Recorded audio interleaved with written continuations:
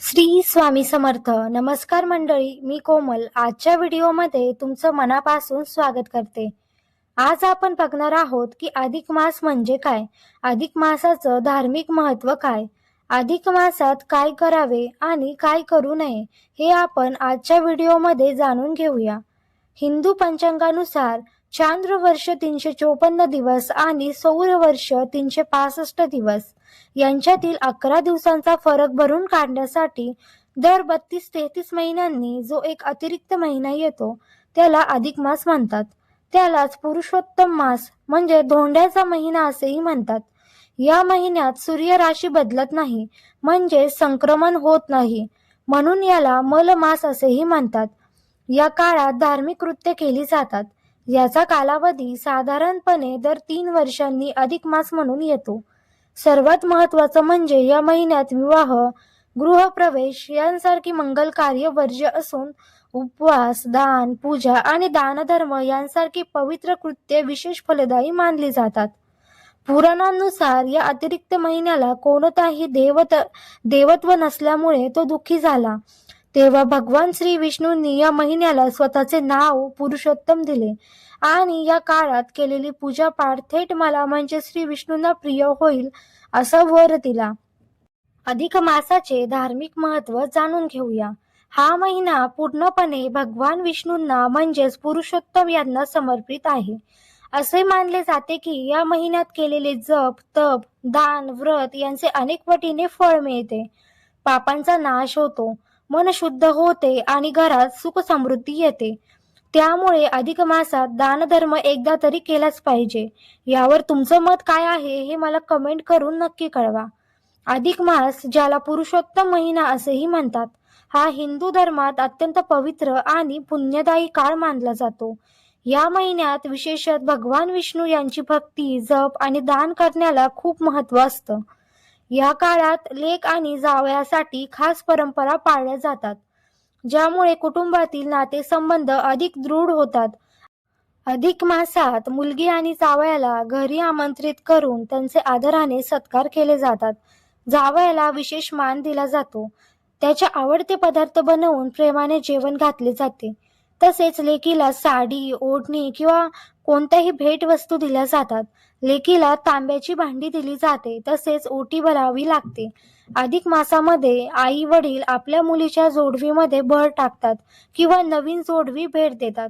महत्वाचं म्हणजे जावयाला 33 अनारसे देऊन सन्मान करतात. या सर्व कृतीमुळे घरात सुख समृद्धी आणि आनंद वाढतो असे मानले जाते. या परंपरेमागे धार्मिक आणि भावनिक दोन्ही असे अर्थ आहेत.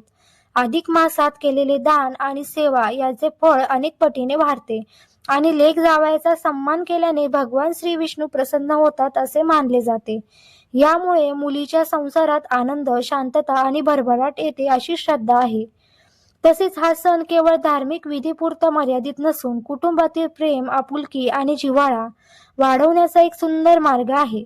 त्यामुळे अधिक मासात लेक जावयासाठी केलेला सन्मान हा आपल्या संस्कृतीतील एक महत्त्वाचा आणि भावनिकदृष्ट्या समृद्ध असा भाग आहे.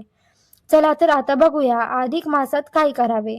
हा महिना साधना आणि पुण्य मिळवण्यासाठी सर्वोत्तम आहे. 1. पूजा व जप. रोज भगवान श्री विष्णूंची पूजा करा. ओम नमो भगवते वासुदेवाय या मंत्राचा जप करा. विष्णू सहस्रनाम वाचा. 2. धार्मिक ग्रंथ वाचन. तुम्हाला आवडेल त्या धार्मिक पुस्तकाचे वाचन करा. मग त्यामध्ये रामायण, भगवद्गीता किंवा कोणत्याही पुस्तकाचे वाचन करा. त्यामुळे तुमचं मन नक्कीच शांत होईल आणि तुमच्या घरात पॉझिटिव्ह वातावरण तयार होईल. 3. दान करा. अधिक मासात तुम्ही कन्यादान सोडून कोणतेही दान करू शकतात. गोरगरिबांना अन्नदान करा. भुकेल्यांना पोटभर जेवायला घाला. तुम्ही वस्त्रदान देखील करू शकतात. तसेच तुम्ही दक्षिणा देऊन देखील दान करू शकतात. या महिन्यामध्ये कोणतेही केलेलं दान श्रेष्ठ दान मानलं जातं. त्यामुळे अधिक मासात एकदा तरी दान नक्की करा. 4. व्रत आणि उपवास. या महिन्यामध्ये एकादशी व्रत करा. तुम्हाला शक्य असेल, आवडेल त्या दिवशी तुम्ही व्रत करू शकतात.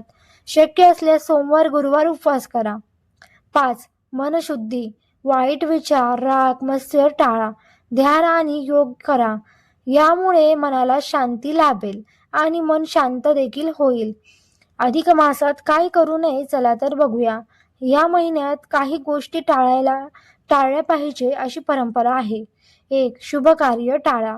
अधिक मास मध्ये कोणतेही शुभ कार्य जसे की लग्न, साखरपुडा, गृहप्रवेश, नामकरण सोहळा, बारसं, नवीन व्यवसाय सुरू करणे हे शुभ कार्य केले जात नाही.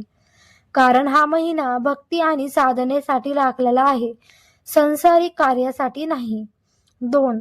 वाईट सवयी टाळा.